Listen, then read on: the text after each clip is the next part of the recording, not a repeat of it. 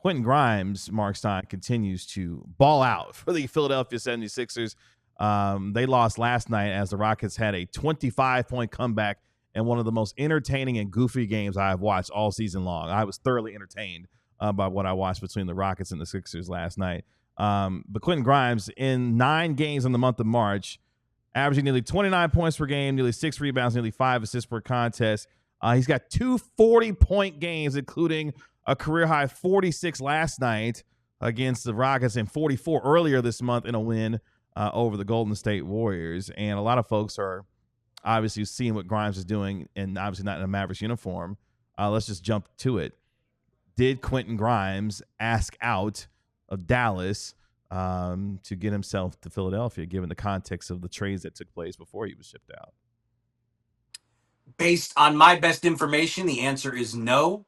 I have checked it out because I knew you were going to ask me this stuff. In general, I am speechless watching the Quentin Grimes Player of the Month campaign for the month of March. I am without speech. What he has been doing is tremendous. I mean, even here Sunday, the Mavs tried to take the ball out of his hands and didn't want him to go off, didn't really have the personnel to do so, and he didn't. What do you have, 28 on Sunday? Is that 28? Finished That's with? right. And then on a back-to-back to go for 46, I mean, to say he is feeling it is understating things dramatically. But I checked it out today. Based on my best information, he did not formally ask to be traded. But I would also say, like, I don't even think that would have mattered because the Mavericks wanted Caleb Martin. And I know this is a very unpopular thing to share at this point, but I'm doing my job. I'm sharing what I know about the situation. When they made the trade, there were defensible basketball reasons for making the trade. As we've been discussing since this show started in August, not too long after free agency concluded, the Mavs have had a significant hole in terms of wing defense, and they thought Caleb Martin would instantly become the best wing defender on the roster. And when they made the trade, Kyrie was not injured, and AD had not even made his Mavericks debut yet. And the Mavericks were thinking, in our playoff run, Caleb Martin is going to take on a massive role in terms of wing defense for the guys that we have to deal with on the wing and the guys that we have to try to stop now in the playoffs. The high-scoring wings that you find all over the league. Now, everything that's happened, because, again, that was the Mavs' reasoning for the trade. Agree with it, disagree with it, you choose your choice. I'm just relaying what I was told at the time. And I, like I said, I was told at the time before this, cycle of catastrophes took place. But when you look at how the deal has worked out, I mean, the Mavs, as I reported at the time, they could have voided the trade. When they did the physical with Quentin Grimes, when they did the physical with Caleb Martin, they saw stuff with his hip that they didn't like. They had the option of waiving the trade, of voiding the trade then, of rescinding the trade, just like the Lakers did with Mark Williams. They decided not to. Philadelphia agreed to add a second-round pick to the trade construction. So the Mavs said, we're going to get a second-round pick. We're going to get Martin back in a month. We're going to go ahead and do this deal. The problem, of course, is in the space of that month, Martin had unlikely bonuses in his contract and a trade kicker in his contract. He was never going to waive the trade kicker because, remember, he got less last summer than he was hoping for. He turned down a richer deal from the Heat, thinking he could do better on the open market, did not, ended up taking the deal he got from the Sixers, but it was less than the Heat were offering. So there's no way he was going to waive his trade bonus. And the unlikely bonuses in his contract that the Mavericks had to pay, that's because they were hard capped from the summer when they signed and traded to acquire Clay and sign Najee Marshall. So when you're an apron team, those bonuses count. There's nothing you can do about it. But because of all the injuries since, that ended up having a dramatic effect on the Mavs roster business because they are literally not allowed to spend more than $51,000 in change on new salary for the rest of the season. So they can't bring in anybody. They couldn't even keep Moses Brown beyond his first 10 days. So it's turned out to be disastrous because Caleb Martin missed a month. He's barely played. And on top of everything, Quentin Grimes has gone to a level that I don't know that the biggest Quentin Grimes fan in the world could have imagined, but chapeau to Quentin Grimes. He has been ridiculous.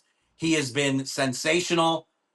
We gave him his props early in the season when he responded really well to a DNP CD early in the season and then quickly became a key rotation contributor.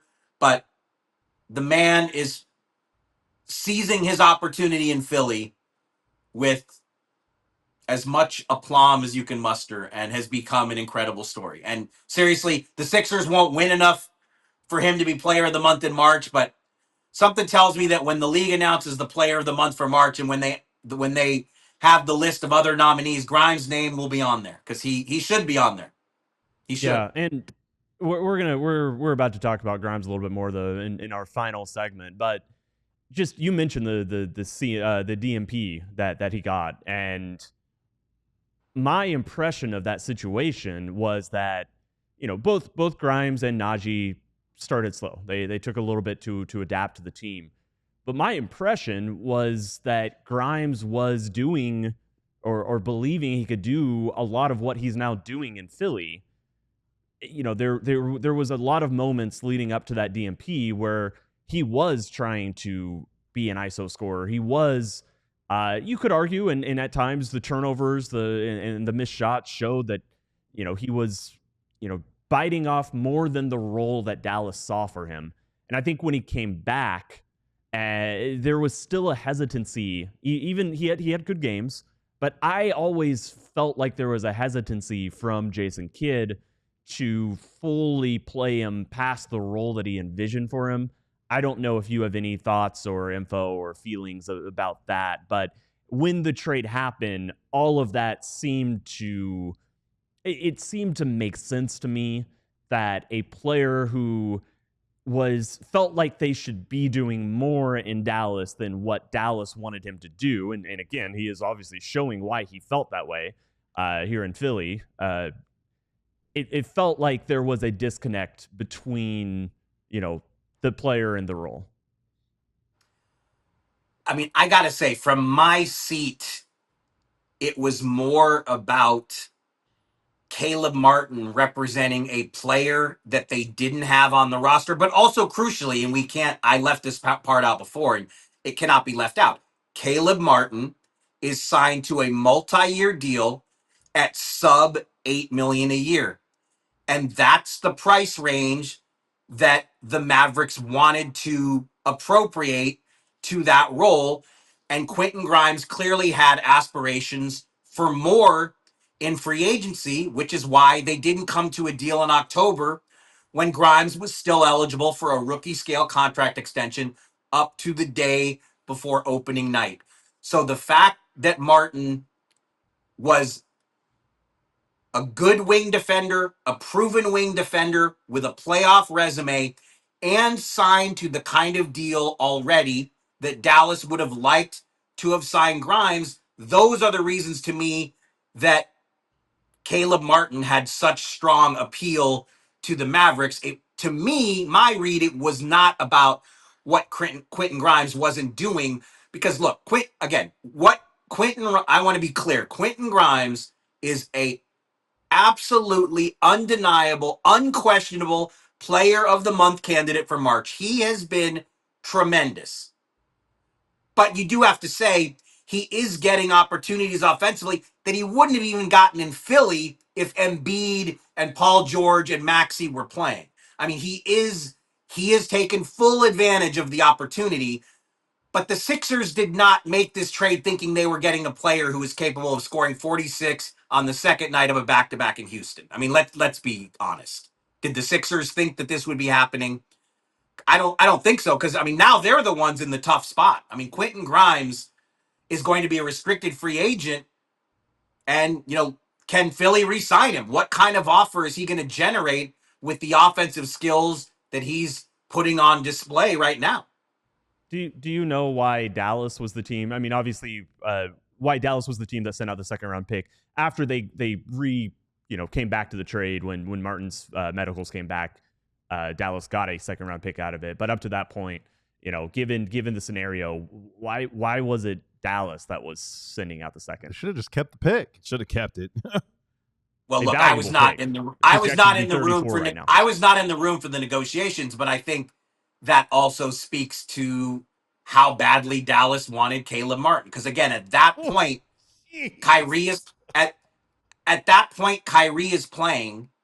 At that point, AD has not played yet. The Mavericks they had just made this very controversial trade and announced to the world, we're in the game to win a championship now. They did not feel like they had enough defense on the wing to win a championship now. And they thought Caleb Martin was going to fill that void, that Caleb Martin would be the top flight wing defender that you throw at the wing scorers who caught, the Ant Edwards of the world who give you so much trouble. The Mavs felt like they didn't have a guy to guard those kind of players. And that was supposed to be Caleb Martin. And obviously I think Max Christie would have gotten that opportunity as well. But Caleb Martin filled that role for a team that went to the NBA Finals in 2023. So that is my read of what the Mavs were thinking. But again, that pick is an excellent pick. And I totally get what you're saying. And I know a lot of Mavs fans are furious. Why was such a valuable trade asset that looks like it's going to be in the 35 range? Why did Philly get that? But when the trade was made, I can't give a straight face when you said that.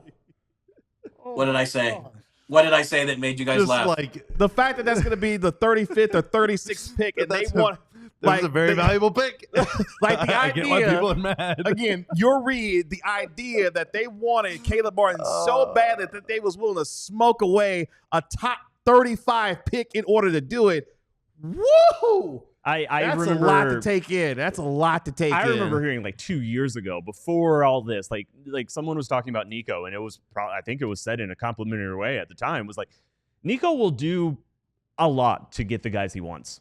Which baseline, I do respect that. I have some level of respect for that. Yeah, no, for sure. Players like PJ Washington. Yeah, I respect it when it's Kyrie. good. I respect it when it's bad. But like, man, well, what I'm saying is, I'm giving my best. I'm giving my best read of what I think it is. I was not in the negotiations. Sure. I was not in the room, and obviously, with the benefit of hindsight, it looks terrible to surrender an asset of that quality, and because of what Grimes has become. And when you think about the Tim Hardaway Jr. trade, looked so good initially because the Mavs couldn't have signed Klay Thompson without foisting Tim Hardaway Jr.'s contract upon Detroit. But the fact that they also got Grimes in that deal made that deal look so good.